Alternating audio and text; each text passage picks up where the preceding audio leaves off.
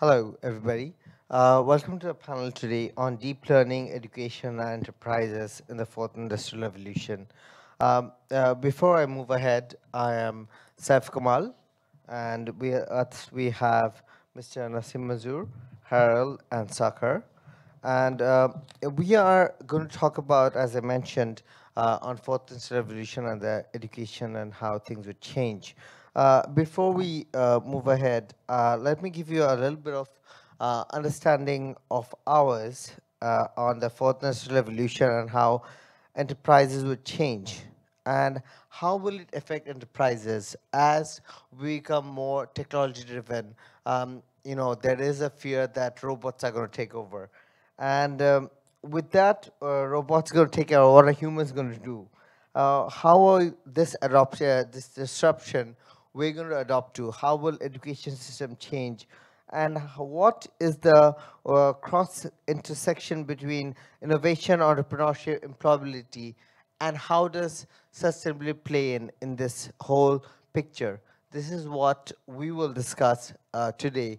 And obviously, zooming it back into a context of Bangladesh, being a very vulnerable country with high population as well, and how do we actually find more sustainable solutions to these things? First we would actually start off with what the root starts off with is education system, and I will speak to Sakar, and we will actually want to know what do you think in the South Asian education systems need to change in the coming days? Um, I see two things really. So I think the first thing we can acknowledge is that we don't know exactly how or what kind, but there will be disruption that comes as a result of the fourth IR, right? So once there's this disruption, people will have to make a new set of rules, they'll have to make a new sense of what's going on. And I think it's really important that education systems are structured to provide children with opportunities to encounter really novel and unsolved problems.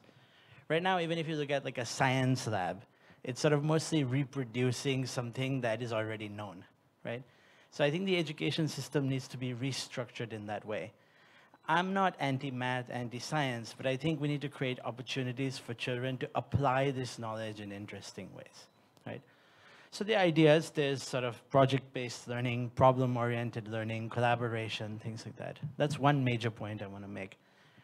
The second one is that when it comes to tech, we have to invest in making children manipulators and creators of tech, not just consumers. I meet parents who say, oh, my kids are tech savvy. They know how to use an iPad at 3 years old. But what do they really know? They know how to consume something someone else has made. And so to do this, we do see some commitment from governments. We see them investing in labs. We see them investing in policy. But the big question in South Asia is, where are the teachers? There just aren't enough teachers. And we need the teachers this year, next year, because investing in sort of a tech education is like investing in basic infrastructure. The payoff is 15 years from now, right? So those are the two major points I would make. More opportunities for encountering novel situations, and a sort of emphasis on producing teachers, attracting teachers right now. Thank you very much. I think you've touched really good points of how we can encourage more teachers.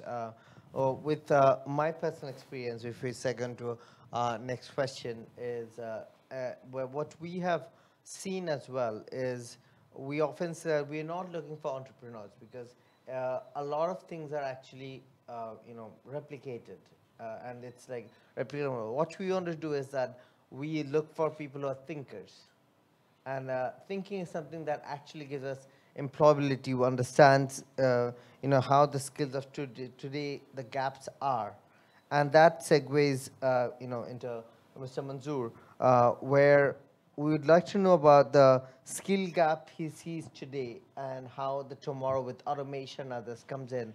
What is the skill gap that you see in the industries, in the industry that you are in? Thank you, Sir. Thank you. I think if you refer to a recent survey that was done by something called the Global Talent Competitiveness Index. It's done by INSEAD and the Tata Communications Company. And they rank 125 countries with about 62 variables in terms of talent, what you do to grow, retain, nurture, and of course, develop new talent. And unfortunately, the stark reality of Bangladesh is that out of 125 countries, the Bangladesh education system ranks 7th from the bottom in terms of relevance to the economy. That's not very good by any stretch of the imagination. What is interesting is we rank 102nd in terms of nurturing talent. So we're very good at nurturing talent, but I think, as was pointed out earlier, we're not creating enough new talent and we're not creating skills. So the education system seems to be geared towards producing graduates and not skills. That's my first takeaway. The second part of it is, if you look at the kind of jobs that are going to be created in Bangladesh. Now, there are some game changers happening in our single largest export sector, which of course, as we all know, is apparel and ready-made garments. Now, Alibaba yesterday, 11/11, clocked up $34.8 billion of sales in one day. Now, let's put that in context. All of Bangladesh does about $32 billion in a year. And here's a company that clocked up the same amount, if not more, in one day. What does that mean to supply chains? What does it mean to factories? Are we getting ready to supply people like this? We all know what's happening in North America, Western Europe. Traditional brick and mortar is dying and online is growing. Now, our factories and our organizations are not geared to handle this. The second interesting thing that I find is the importance of communication. You keep hearing about how robots will take away jobs. But if you look at the top jobs that are absolutely safe from automation, robotization, teachers, chefs, anything that's creative, the floor managers, production maintenance supervisors, these are not the sexy, cool jobs anymore. But these are the jobs that are the most robot-proof. So my suggestion, 2 bits to the younger people out there is, not everybody is going to be very successful as a Java programmer, and there are only so many Java programmers that Bangladesh needs. We need food technicians, we need lab technicians, we need healthcare workers, and we need designers and creative people. And as was already said, we need teachers. So my response to you would be, I think Bangladesh knows the gaps, and I think we're trying to make the move, but we need to go a lot faster. Thank you. And I think it does actually make a lot of sense on how the economy would actually move ahead with these people, because I often personally say that a lot of jobs are anything that is replicable can be done by robots, but anything that needs critical thinking, we will need humans. So humans will not be irrelevant in the coming days to make it a little more sustainable in every possible way. But apart, we talked about industries, education and industries. We would look into a little with Harold, a little segue into away from that is about, apart from the technology revolution of the fourth industrial revolution, the circular revolution is also coming up of businesses becoming more sustainable, circular, and how does circular and this whole technology comes together? How do you see it? Thanks for the question, and I'm really honored to be here at the DACL Global Dialogue with so many brilliant people.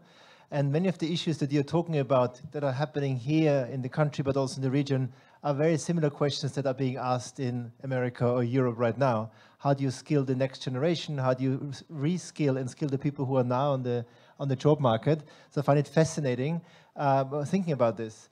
And one thing that we are very busy with is how does an economy for the future actually look like?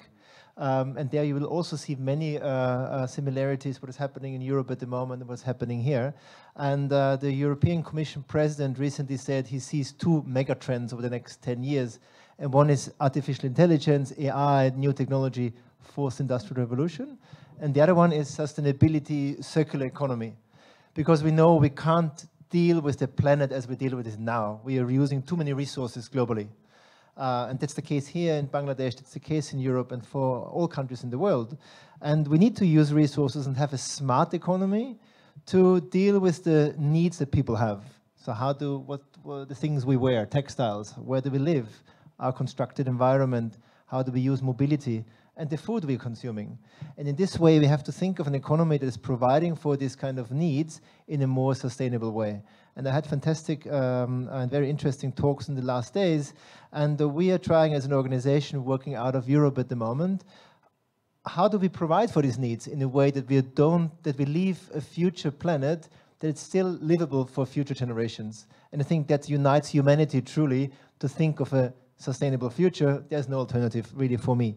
And in that, we have done some studies on what are the skills for the future. There's fantastic work also being done by the World Economic Forum. The skills of the future look fundamentally different than we are now, and we only see the brink or the starting point of this revolution. And for me, this comes together. If we don't understand the future economy, we cannot understand the skills that we're seeing.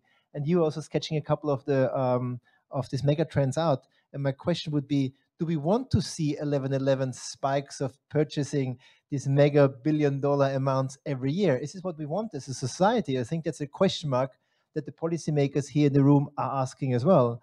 And for this, we need this dialogue between the policymakers, the government, the regions, with civil society and the economy, because I fundamentally think in the world we have gone a little bit far into a way that is towards a non-very human-centered economy. Globally, we see inequality rising. We see people at the bottom of the pyramid that are not linked with the people at the top of the pyramid. There's more delinkage going on, and we need to address these mega issues globally. So, what kind of role wants Europe to play? What is the this Asian region is playing? And for me, the look for a circular economy means you have more localized, more fair, more human-centered, and more regenerative systems in place. And there we can learn a lot from each other. It's not somebody coming from Europe to tell what's happening in Bangladesh or in the region. It's we learn from India, we learn from Bangladesh what's happening here, because the future is happening here. And me being in Dhaka for a couple of days is really an amazing proof of this. And I would love to see more collaboration around these two mega topics, the industrial revolution, technology, circular economy, because we don't have the answers, but we know skill development has to happen, and we all have to, again, appreciate old wisdom that is very strong here as well, that we have to think of a sustainable future with all generations together. Thank you. I think that's a very interesting point of view of the global part of it and where you're heading to process. Oh, one thing that actually there's always a paradigm discussion and debate that goes on is we as countries we are looking into brink of this industrial revolutions, and we are industrializing ourselves, and it has to feed a lot of people. Um, and there is a constant fight that we have with our systems and governance and others is what is sustainable and what is industrial growth, a part of it. And it links back into how we have this whole new generation of people, what they can do and what they can actually reskill. So Sakhar, one thing that would be something that you can pick on is, what are you at the education system looking at from private sector in the future? Let me see if I understood the question. What do we As in want? the education system to actually to change and evolve, what can private sector do? Yeah, there's a lot the private sector can do. In fact, the single biggest issue I think is that teachers and schools and students don't actually understand what happens in workplaces, right? They don't understand the reality of, why they're being taught these things, how they apply, and any of it. And so, starting from very simple touch points like showing up in a classroom to talk to a bunch of kids, to doing something more integrated. Last year, we did a class sequence around e-waste, so sustainable sort of how to use these things. And we worked with two recyclers, and they were kind enough to commit fairly senior people to sit with our teachers and redesign our classes. And that made them very real, you know, instead of us reading a book somewhere or thinking of our own things. And they gave us access to the facilities. They gave us real numbers. They gave us profit margins, things like that. They revealed and made open to us so that our classes could look like the real world. So that's a big thing the private sector can do. The other big thing that I have always thought of is I would love to see a program where people who are employed by private sector companies get a 1 or 2 year sabbatical to go back into schools. That would be amazing because then you would cycle through the latest knowledge back into the system all the time. And in the longer run, that's something I would love to see. Thank you very much. And I think one thing that we've actually seen in my work as Toru Institute is that entrepreneurs actually don't need money. They actually don't need, most of the times happens is people are giving away money and stuff, but they need a skill development, and private sector can do it much more. So coming to Mr. Manzoor, is what do you think the private sector can give? And in a quick 1 minute round up. I think, as was said before by Sakar, I think it's giving back in terms of what it is our expectations are. Thank you. I think linking, there is a delinking right now between what's out there in the world. But I think also, I have a problem with trying to make education just about producing employees. I think, Absolutely. we need to get back to a little bit less pragmatic approach to education. Think about creating humans and citizens. If you go back to the Greek, in the classical education, it was about creating good citizens. Very quickly, I'll say this. I think using younger people to solve problems that we have not been able to solve, whether it's circularity, whether it's using blockchain for traceability on our supply chain, whether it's how do we retrain, upskill, reskill existing workers who've been in our production lines for the last 30 years. We're not getting through them. Can we use video? Can we use new content? I've had fantastic results. I'm associated with a body called the Metropolitan Chamber of Commerce and Industry, and we're the oldest chamber in the country, as you can tell by my age. However, when we engage with young first-year university students, we broke them up into multi-school teams and said, here are the real problems of Dhaka: pollution, traffic, lack of public transport, not women-friendly. Come up with solutions. And we were absolutely gobsmacked with the kind of things in there. So I think what industry can do is not undermine youth and bring them into a structure where we can give them the space to come up with some ideas, give them that space. But I will say this in conclusion: reality check also the youngsters. Yeah. I will say this over and over again. I think there is this myth out there of trying to just create the next unicorn. How much money have you raised? What is your valuation? You are not creating valuation, boys and girls, ladies and gentlemen. You're creating companies. Bangladesh needs 2.2 million jobs a year. Not all of us are going to become the next Steve Jobs. Get with it. That's real. We need to create factories, we need to create shops, we need to create universities, we need to create organizations. So I think that's the reality check that industry can bring back. Thank you very much. I think it's a fantastic point. I think we think that education is about just getting jobs, but it's actually teaching people how to think. And as we come to think, it has to be a sustainable world they live in. So, had some closing remarks. Yeah, I think it's a fantastic and very energetic appeal you're making.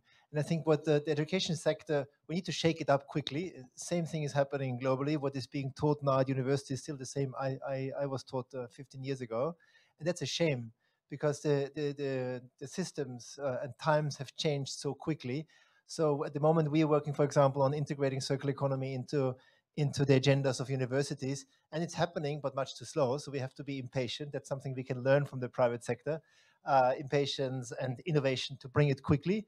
And I think what I've learned in the last years, it's really about radical transparency and openness for collaboration, where the true shifts are going to come from. You talk about young generation with the new generation. When we work with the textile sector, it's all parts of the supply chain. We have to work together, and to create the future of the country, you need all parts of society, business included, government very important included, because they're also citizens and all citizenship. And I think we have a good basis, but let's all work on our transparent systems and true spirit of collaboration to actually make it happen and turn it into action. Because we can think about it, but turn it into action, then it becomes reality. Thank you very much. So, if we wrap up, we talked about how we can be a critical thinking process, giving power to youth, but keeping them in check so that we can actually more sustainable processes. Keeping them real. Let's not say Yes. check. Yeah, keeping them real. Sorry about that. Yeah, keeping them real, and and letting them a dash of sustainability and understanding that this is the world we live in, and we have only one world, and we all are one Earth, and that's all we are going to be working on together. Thank you very much. Thank you.